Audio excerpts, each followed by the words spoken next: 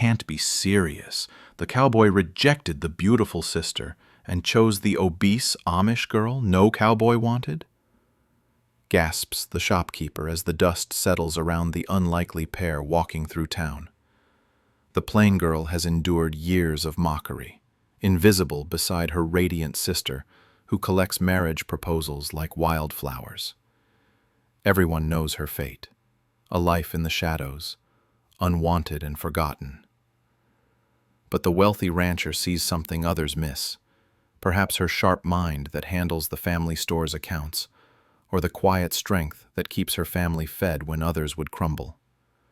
What he doesn't know is that she holds a secret inheritance that could transform them both into the territory's most powerful couple, while her beautiful sister harbors a jealous rage that threatens to destroy everything. Will his shocking choice lead to unexpected love? Or has he unknowingly stepped into a trap that will cost them both everything they've built? Before we continue, comment where you are tuning in from. Perhaps we will publish a story there. The wooden floor creaked under Clara Yoder's weight as she swept the general store, each step drawing snickers from the young men lounging outside. At 24, she had grown accustomed to their cruel laughter echoing through the dusty streets of Millbrook, Colorado territory. Her plain brown dress hung loose over her heavy frame, a stark contrast to the fitted gowns that adorned her younger sister. Rosemary glided through the store like a swan among ducklings, her golden hair catching the afternoon sunlight streaming through the windows.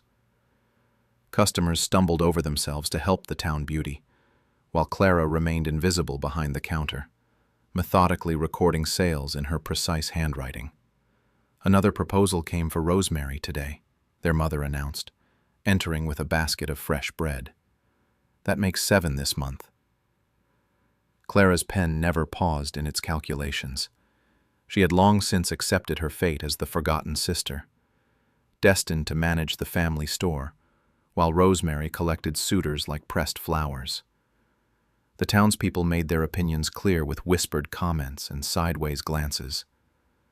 The store bell chimed as Jed Clarkson burst through the door, his weathered face flushed with excitement. "Ladies, you best prepare yourselves. Eli Stafford just rode into town." Rosemary's eyes sparkled with immediate interest. The wealthy Texas rancher's reputation had preceded him by weeks. Stories of his vast cattle empire and substantial fortune had set every eligible woman in the territory aflutter. Clara continued counting copper coins, unmoved by the commotion. She had witnessed this dance too many times. Another wealthy man would arrive, court the beautiful sister, and life would continue as it always had. Through the window, she glimpsed the man himself, dismounting from a magnificent black stallion. Tall and broad-shouldered, Eli Stafford commanded attention without effort. His expensive leather boots and tailored coat spoke of success, while his confident stride suggested a man accustomed to getting what he wanted. The Harvest Festival 3 days later transformed the town square into a carnival of courtship. Every family displayed their finest daughters like prized livestock at auction. Rosemary wore her best blue dress, the fabric hugging her slim waist and highlighting her porcelain complexion. Clara worked behind the food tables, serving pie to families and cleaning dishes. Her role remained constant at these gatherings. She observed from the shadows while others danced in the light. Eli stood near the bandstand, surrounded by eager fathers presenting their daughters. His polite smile never wavered, though Clara noticed his eyes scanning the crowd with calculating precision. This was a man evaluating investments, not seeking romance. "The Stafford fortune could set our family up for generations," Rosemary whispered to Clara during a brief lull. "Mother says he owns 3 ranches in Texas." Clara nodded absently, her attention caught by Eli's conversation with several local ranchers. They discussed water rights and grazing permits with the intensity of men planning military campaigns. She found herself leaning closer, fascinated by their analysis of market conditions and territorial expansion. "The northern routes are untested," one rancher argued. Too risky for serious investment. Risk creates opportunity, Eli replied smoothly. The key is understanding local conditions before committing resources.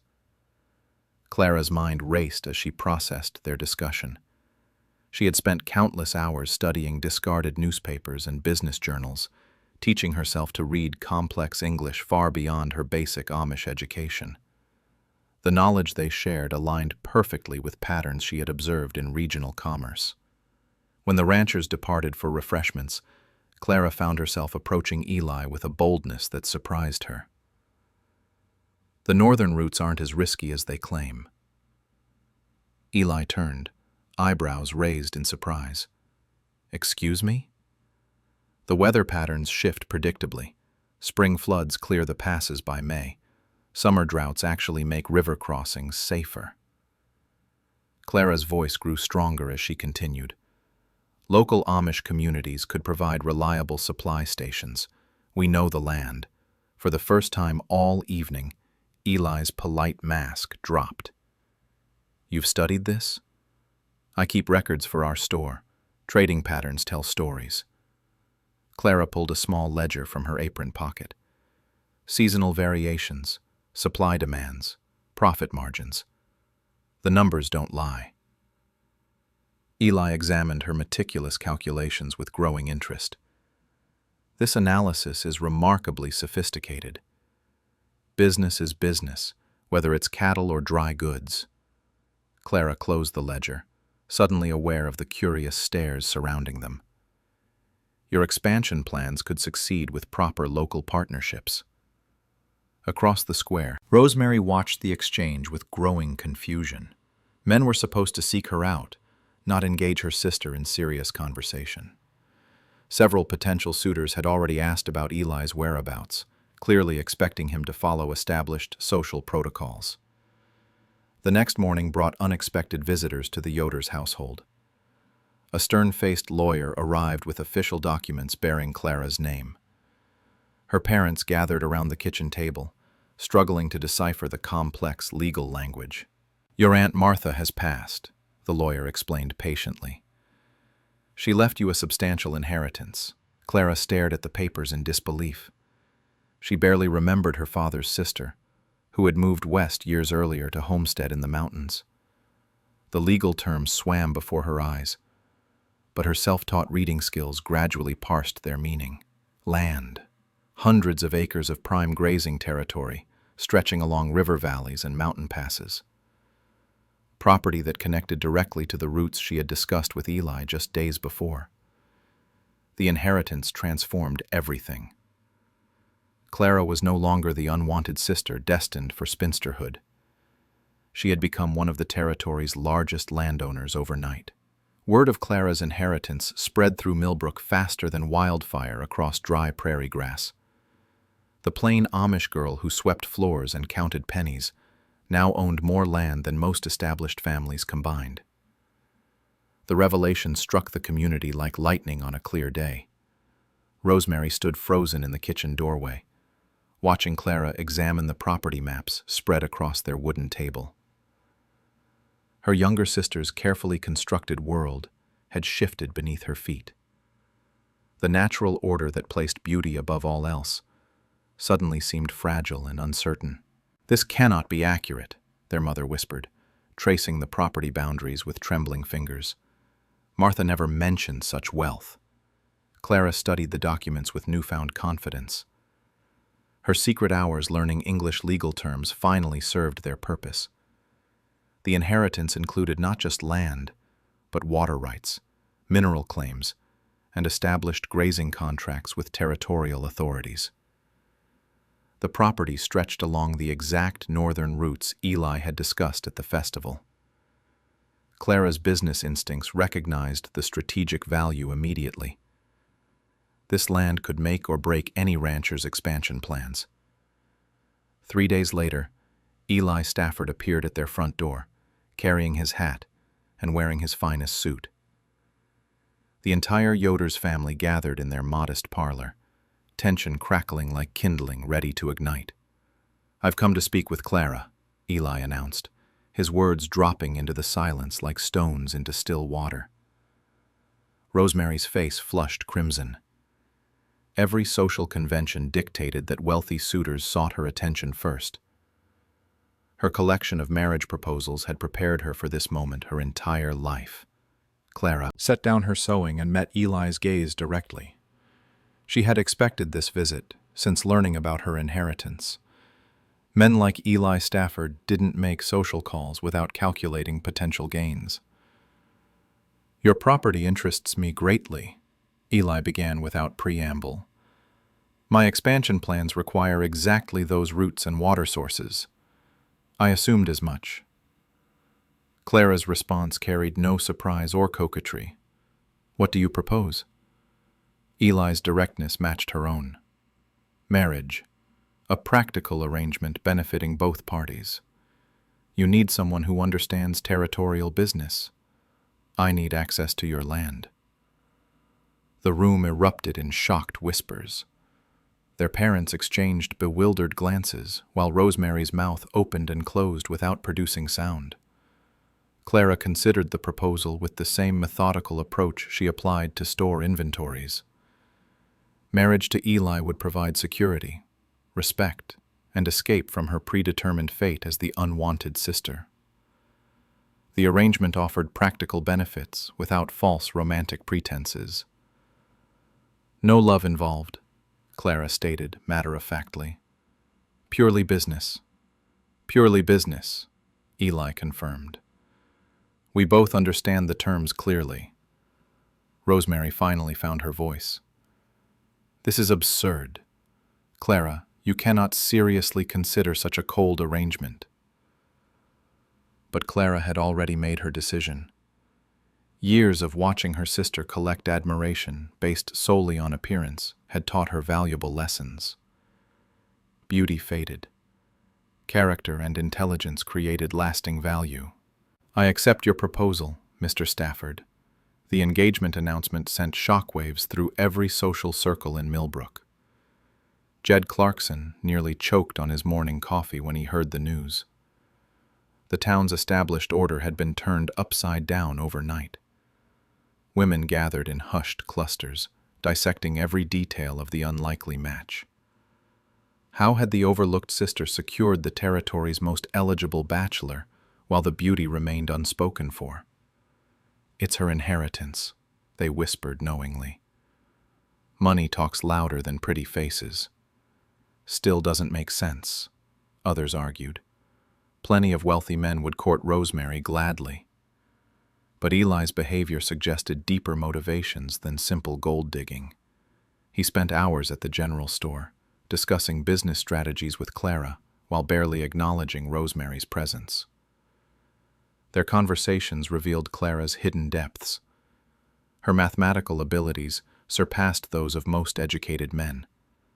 Her understanding of regional commerce impressed even experienced traders.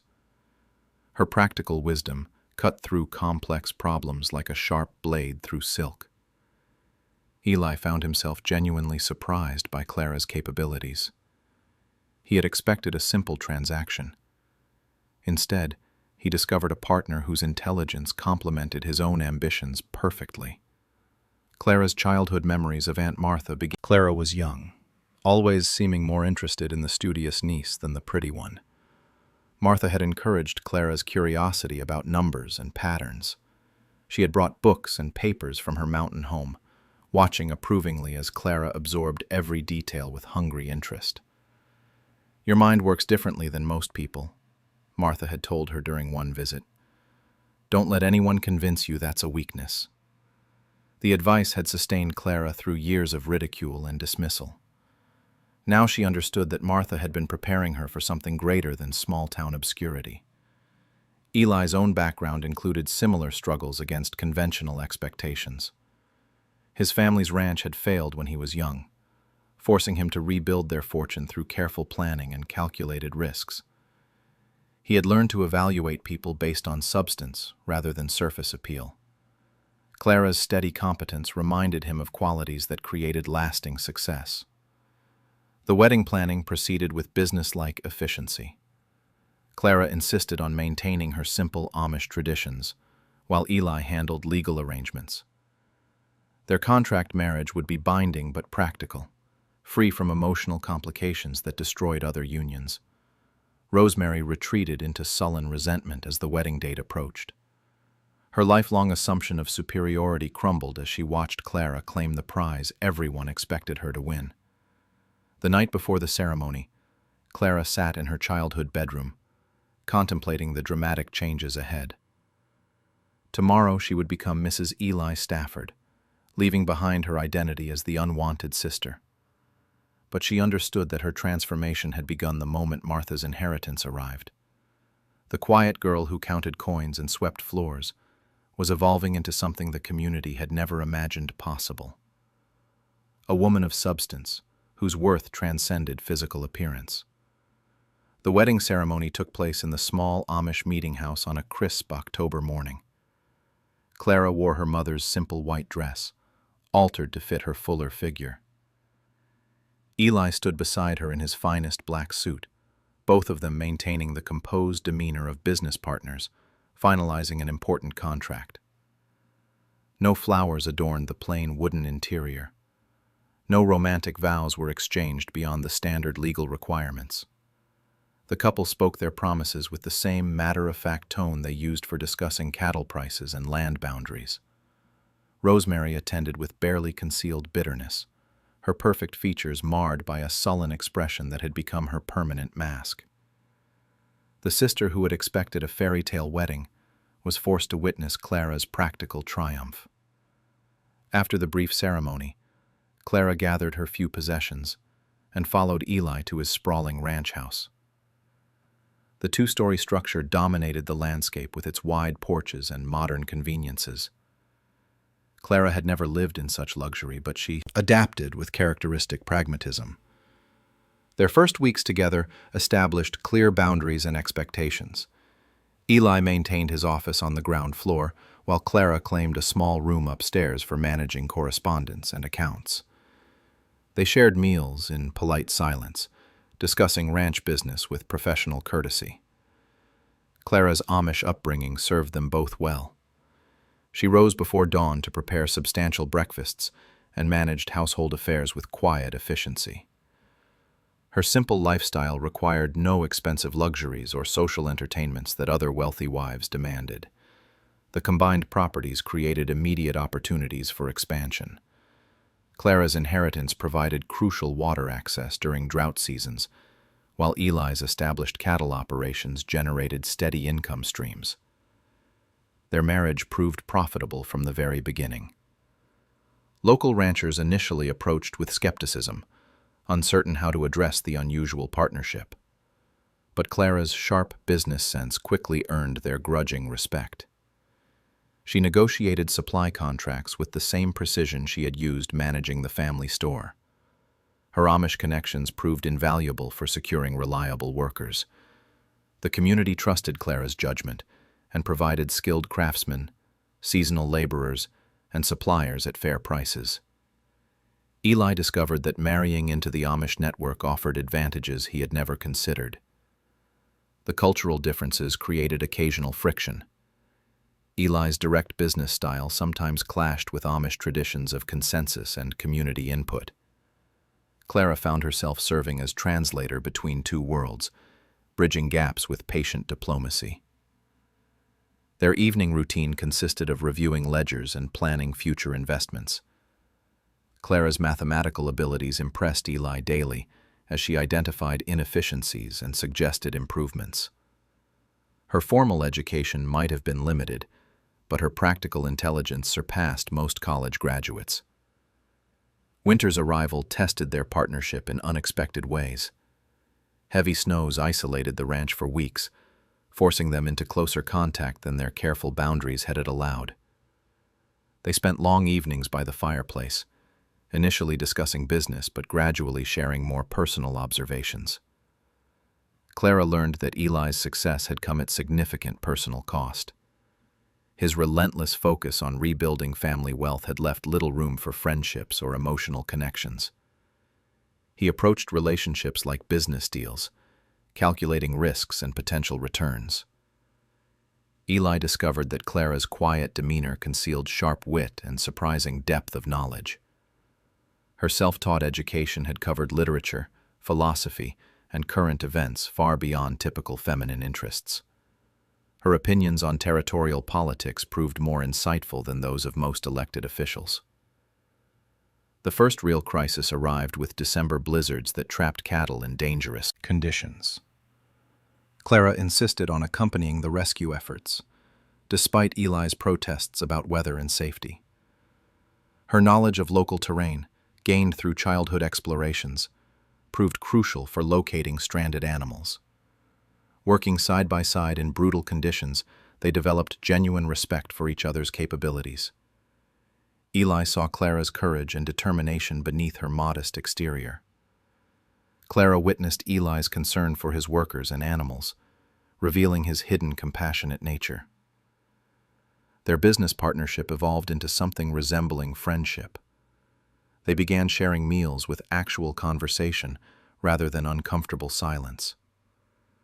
Clara's dry humor brought unexpected laughter to their previously formal interactions.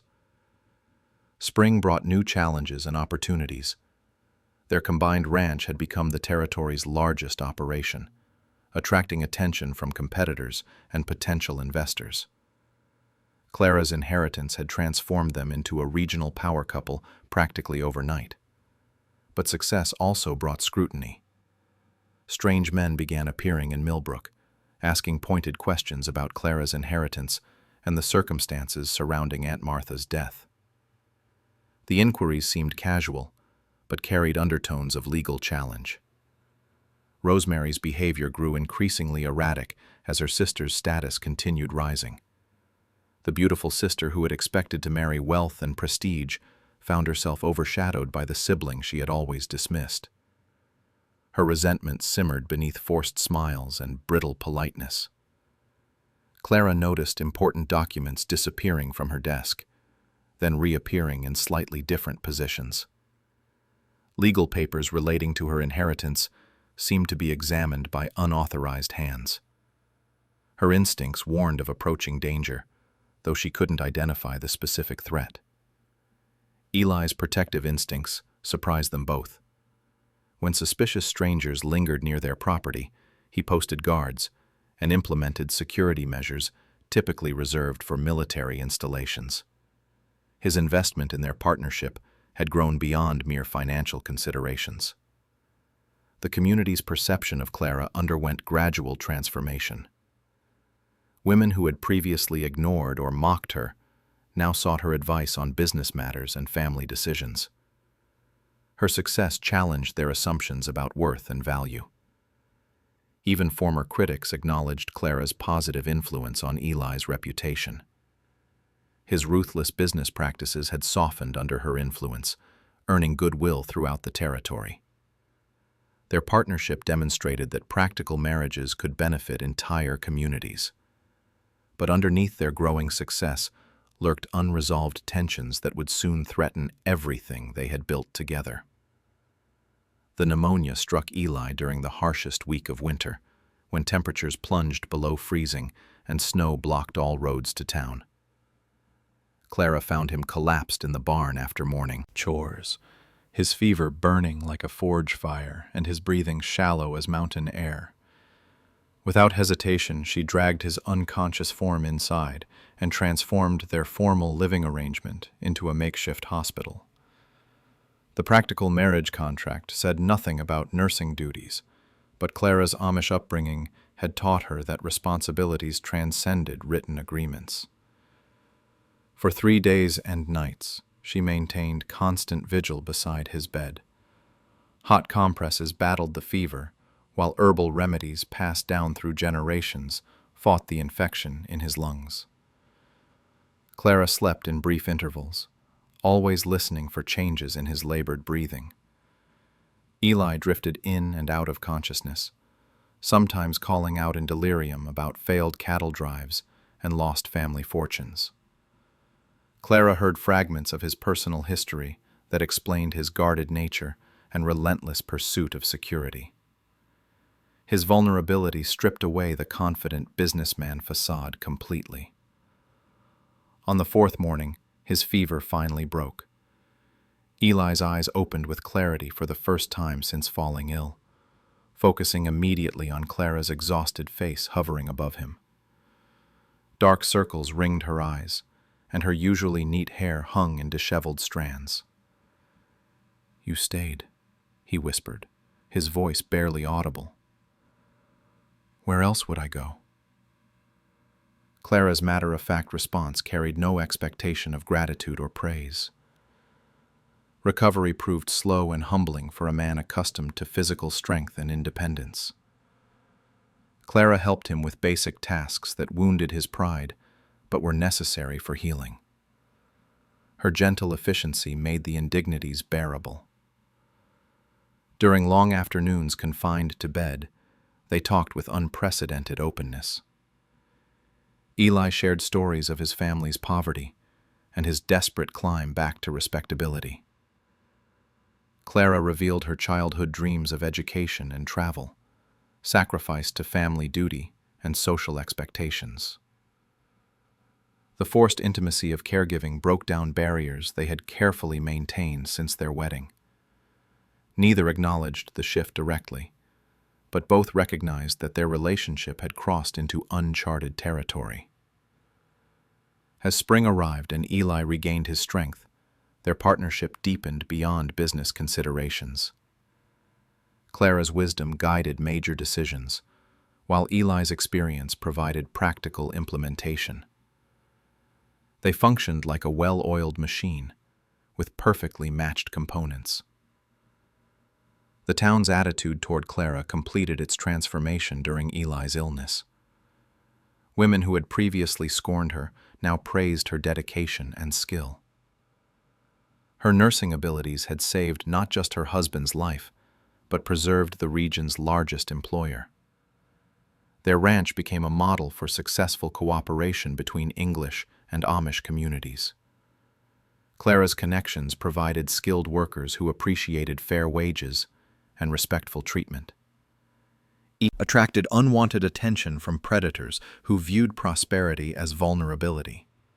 The mysterious strangers asking questions about Clara's inheritance increased their inquiries, focusing particularly on Aunt Martha's mental state during her final years. Clara discovered that legal documents from her desk had been photographed or copied during her absence. Someone was building a case against her inheritance claim, though their identity remained hidden behind layers of legal representation and hired investigators. Rosemary's visits to the ranch became more frequent, ostensibly to check on her sister's welfare, but actually to probe for information about Clara's legal vulnerabilities. Her questions seemed casual, but followed patterns that suggested coaching from someone knowledgeable about inheritance law. The beautiful sister's resentment had curdled into something darker and more dangerous. Years of assumed superiority had left her unprepared for a world where intelligence and character mattered more than physical beauty. Clara's success felt like personal theft. During one particularly tense visit, Rosemary examined Clara's legal documents with suspicious intensity. Her fingers lingered over specific clauses and dates, as though memorizing details for later reference. Clara noticed but chose not to confront her sister directly. Meanwhile, Clara and Eli's emotional connection continued growing, despite their attempts to maintain professional distance. Shared glances lingered longer than necessary. Accidental touches created electric moments of awareness. Neither spoke of these developments, but both felt the undercurrents. Their evening conversations expanded beyond business to include literature, philosophy, and personal dreams. Clara's self-taught education had given her broad knowledge that impressed Eli daily. Her insights challenged his assumptions about intelligence and formal schooling. Eli found himself genuinely enjoying Clara's company in ways he had never expected.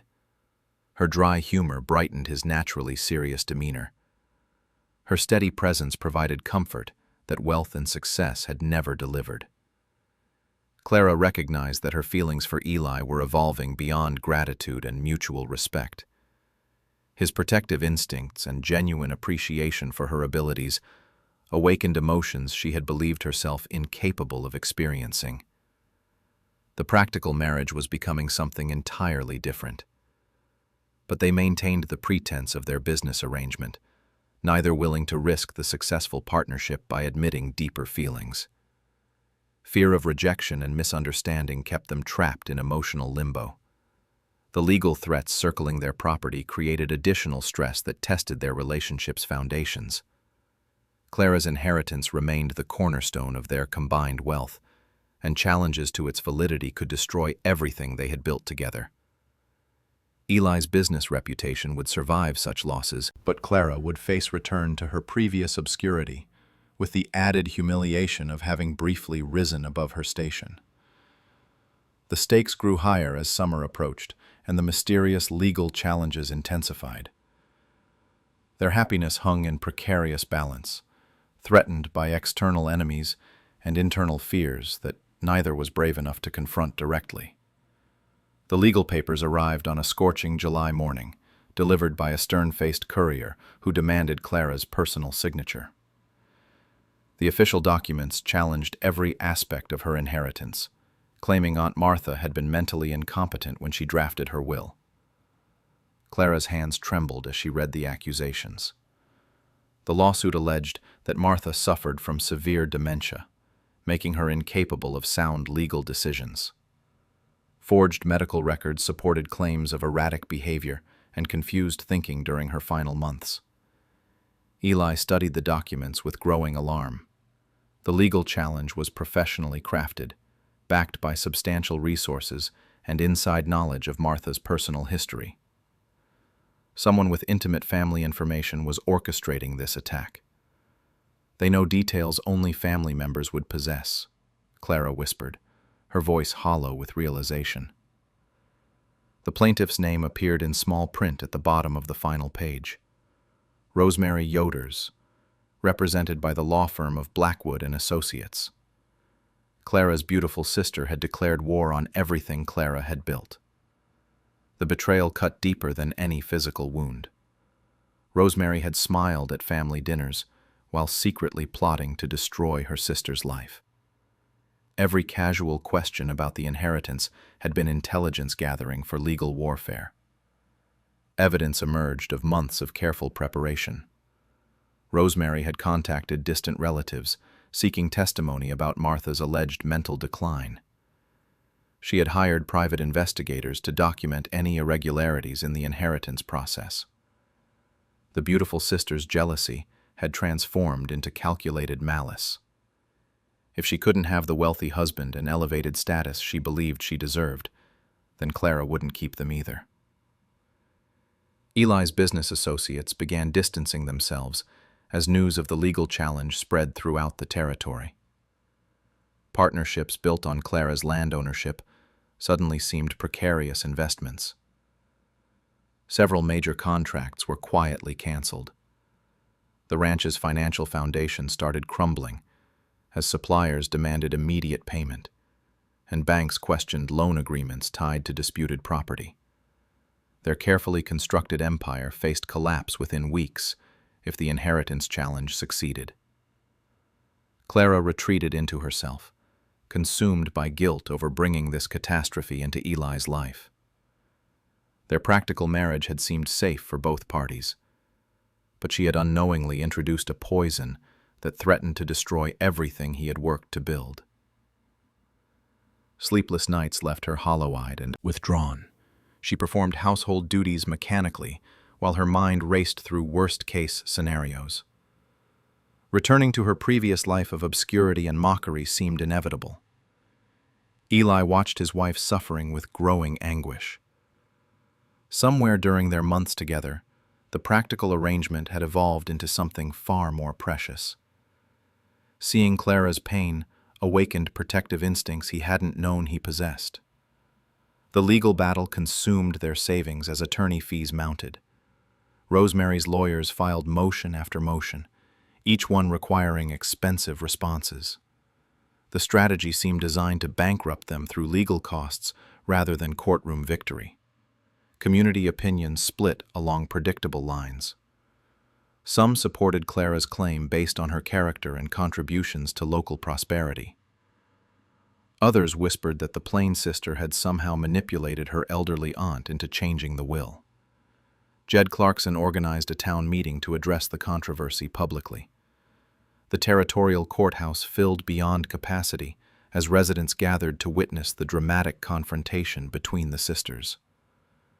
Rosemary arrived dressed in her finest gown, every inch the picture of wounded innocence. Her lawyers had coached her well for this performance. Tears glistened in her blue eyes as she spoke of family loyalty and protecting an elderly relative from manipulation. "My poor aunt was not herself in her final months," Rosemary declared with practiced emotion. Clara took advantage of her confusion to steal what rightfully belonged to our entire family. The accusations painted Clara as a calculating schemer who had isolated Martha from other relatives while poisoning her mind against Rosemary. The beautiful sister claimed she was fighting to honor their aunt's true wishes. Clara sat motionless during the attacks, her face a mask of composed dignity, despite the character assassination. But Eli noticed her hands clenched tightly in her lap, knuckles white with suppressed emotion. The tide of public opinion seemed to favor Rosemary's tearful performance until Clara's attorney presented crucial evidence. Hidden among Martha's possessions were dozens of letters written to Clara over the years, each one demonstrating clear mental acuity and specific reasons for her inheritance decisions. The letters revealed Martha's true feelings about both nieces. She had observed Rosemary's vanity and shallow nature, while appreciating Clara's intelligence and moral character. Her final will reflected deliberate choices made by a sound mind. More damaging still, the investigation uncovered forged documents in Rosemary's legal filing. Medical records claiming to show Martha's dementia had been fabricated. Witnesses who supposedly testified to her mental decline had been paid to lie. The beautiful sister's carefully constructed case collapsed under scrutiny. Her lawyers abandoned the lawsuit as evidence of perjury and fraud mounted. But the damage to Clara's reputation and finances remained severe. Standing before the packed courthouse, Eli faced a choice that would define both their futures. Supporting Clara meant accepting potential financial ruin if any legal challenges remained. Walking away would preserve his business empire while abandoning the woman who had become his partner in every sense. The entire town waited to see whether the practical marriage would survive this ultimate test of loyalty and commitment. Eli rose from his seat in the packed courthouse, his tall frame commanding immediate attention from every person present. The room fell silent as he walked to the front, his boots echoing against wooden floors with deliberate purpose. "I have something to say about my wife's character," he announced, his voice carrying to the furthest corners of the courthouse. Clara's breath caught in her throat. Their practical marriage had never required public declarations or emotional displays.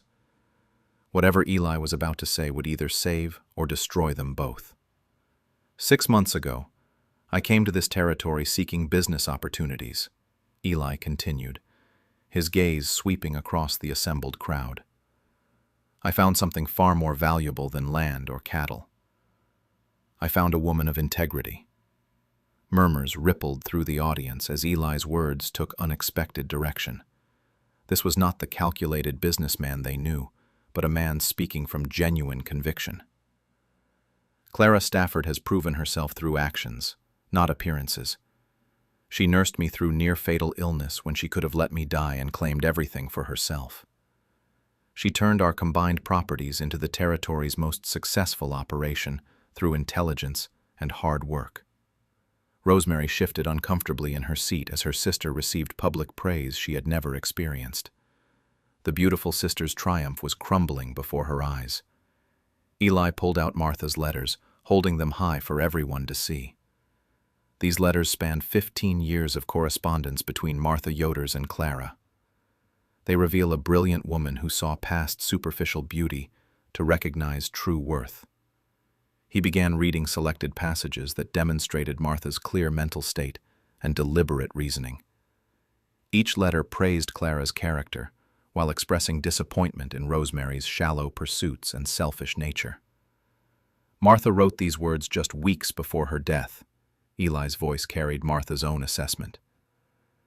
Clara possesses the wisdom and strength to use wealth responsibly. She will build something lasting rather than squander inheritance on vanity and pleasure. The letters painted a devastating picture of Rosemary's true character through Martha's observations. The elderly woman had witnessed years of cruel treatment toward Clara and made her inheritance decision accordingly. Clara felt tears threatening as she heard her aunt's words of love and validation. Martha had seen qualities in her that Clara herself had never fully recognized or valued.